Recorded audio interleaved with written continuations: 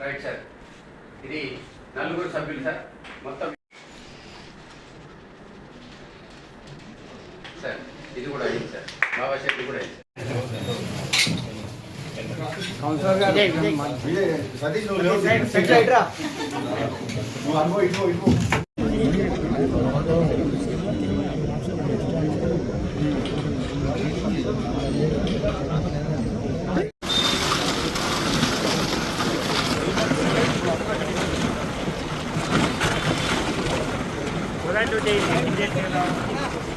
అనేది నా వరకు ఒకసారి ఆలోచిస్తే మాత్రం ఇది ఒక హాస్యాస్పదంగా అంటే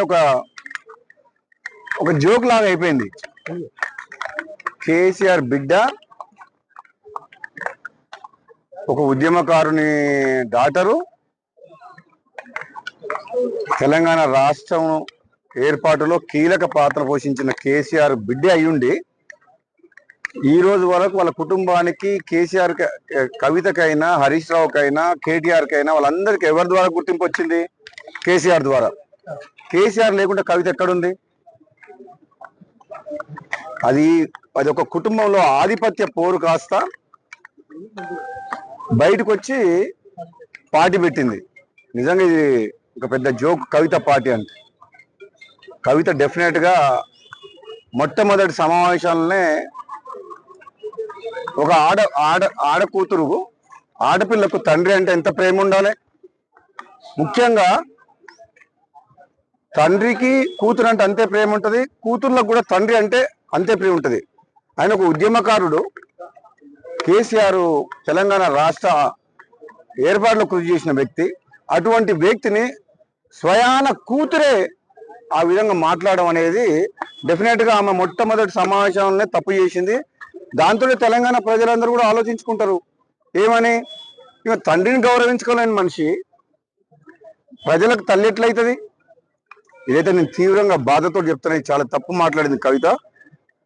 నీకు మీ అన్నతోడు కోపం ఉండొచ్చు, నీకు అధికారం కావాలనే ఆశ ఉండొచ్చు, అంతేగాని దానికోసం నువ్వు ఫైట్ చేస్తే తప్పులేదు. కానీ నువ్వు మీ సొంత కన్న తండ్రినే ఆ మాట అనడం, నీవేదో చేస్తా తెలంగాణలో అని అంటే నువ్వు ఎవరు నమ్ముతారు? నేను అసలు యాక్చువల్గా క్లారిటీగా ఇంతవరకు మాత్రం లిక్కర్ కుంభకోణంలో క్లీన్ చిట్ ఎక్కడొచ్చింది? మద్యం కుంభకోణం విషయంలో కోర్టు ఇంకా పెండింగ్లే ఉన్నది. దానికి మంచి ఆధారాలు కూడా ఉన్నాయి. ఇప్పటికిప్పుడే మొత్తం తెలంగాణ ఉద్ధరిస్తుంది. తెలంగాణ సంగతి తర్వాత కానీ మేము చాలా మంది ఉన్నారు చూసుకునేటోళ్ళు. కానీ ఫస్ట్ నువ్వు ఆ కేసులకి వెళ్ళి ఎట్లా బయటపడుతావు అది చూసుకో ఫస్ట్. అది ఇంకా కేసు క్లోజ్ కాలేదు. నిజంగా ఈ రాజకీయ పార్టీ పెట్టడం అంటే అంతకుముందు గతంలో ఒకసారి కేసీఆర్ అన్నట్టు పార్టీ పెట్టడం అంటే పాండవ పెట్టినట్టు అయిపోయింది. దగ్గర పైసలు ఉన్నాయని చెప్పి కొంతమందిని తీసుకుపోయి ఒక ఫంక్షన్ హాల్ తీసుకొని నీకు సోషల్ మీడియాలో చేసుకొని పార్టీ డిక్లేర్ చేసి పడేసింది. అది కూడా పోయిపోయి తెలంగాణ రాష్ట్ర సేన టీఆర్ఎస్ అంట. ఎంత తెలివిగా ఆ పేరును వాడుకొని ఏదో కొన్ని సీట్లు మాట్లాడుకొని మళ్ళీ రేపొద్దున ఏదైనా గెలిచి రాజకీయ లబ్ధి కోసం ప్రయత్నం చేసిన తప్పితే కవిత వల్ల ఏమి ఊరు లేవదు, ఏమంటారు ఇంకా ఊరు లేవదు, పీరు కాలేదు. నాకు తెలిసినంత వరకు అయితే ఆమె స్వయంగా కూడా గెలవదు. ఆమె పార్టీ సంగతి వదిలిపెట్టు, సొంతంగా ఆమె పోటీ చేసిన నియోజకవర్గంలో కూడా డిపాజిట్ కూడా రాదు కవితకు. ఎందుకంటే ఆ మర్యాద పోగొట్టుకుంది. ఫస్ట్ మీటింగ్ లో తండ్రిని కేసీఆర్ లాంటి వ్యక్తిని తిట్టి ఆమె ఉన్న మర్యాద పోగొట్టుకుంది. ఒకరిద్దరు మంత్రివర్గాల చూద్దాం అది రాష్ట్ర కాంగ్రెస్ పార్టీ అధిష్టానం ఏ నిర్ణయం తీసుకుంటుందో. గతంలో నాకు కాంగ్రెస్ పార్టీ హామీ ఇచ్చింది కాబట్టి ఒకవేళ అవకాశం వస్తే కాంగ్రెస్ పార్టీ అధిష్టానం ఇస్తే తప్పకుండా ఈ ప్రాంత ప్రజలకు, మునుగోడు నియోజకవర్గ ప్రజలకు, తెలంగాణ రాష్ట్ర ప్రజలకు నిజాయితీగా రాహుల్ గాంధీ గారి నాయకత్వంలో, ముఖ్యమంత్రి రేవంత్ రెడ్డి గారి నాయకత్వంలో ఈ ప్రాంత అభివృద్ధికి, పార్టీ కొరకు, ప్రభుత్వకు మంచి పేరు తెచ్చే విధంగా ఈ ప్రజల కోసం పనిచేస్తా.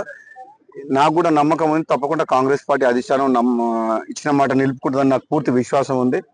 ఈ 5 రాష్ట్రాల ఎన్నికలు అయిపోయిన తర్వాత నాకు కూడా అనిపిస్తుంది తప్పకుండా మంత్రివర్గ విస్తరణ జరిగితే అధిష్టానం నా విషయంలో తప్పకుండా సీరియస్ గా ఆలోచించి నిర్ణయం తీసుకుంటుందని చెప్పి నేను అనుకుంటున్నాను.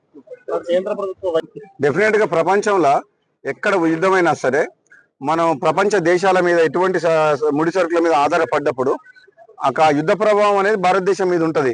కాబట్టి డెఫినెట్ గా మనకు ఇప్పుడు డీజిల్ కొరత, పెట్రోల్ కొరత ఉన్నది.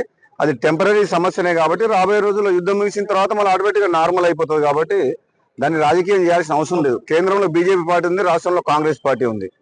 కాబట్టి ఒక ప్రత్యేకమైన పరిస్థితి, యుద్ధ వాతావరణం వచ్చినప్పుడు మనం అర్థం చేసుకొని ప్రజలందరూ కూడా సహకరించాలి తప్పితే దాన్ని కూడా రాజకీయం చేయడం కరెక్ట్ కాదు అని చెప్పి నేను అంటున్నాను. Thank you.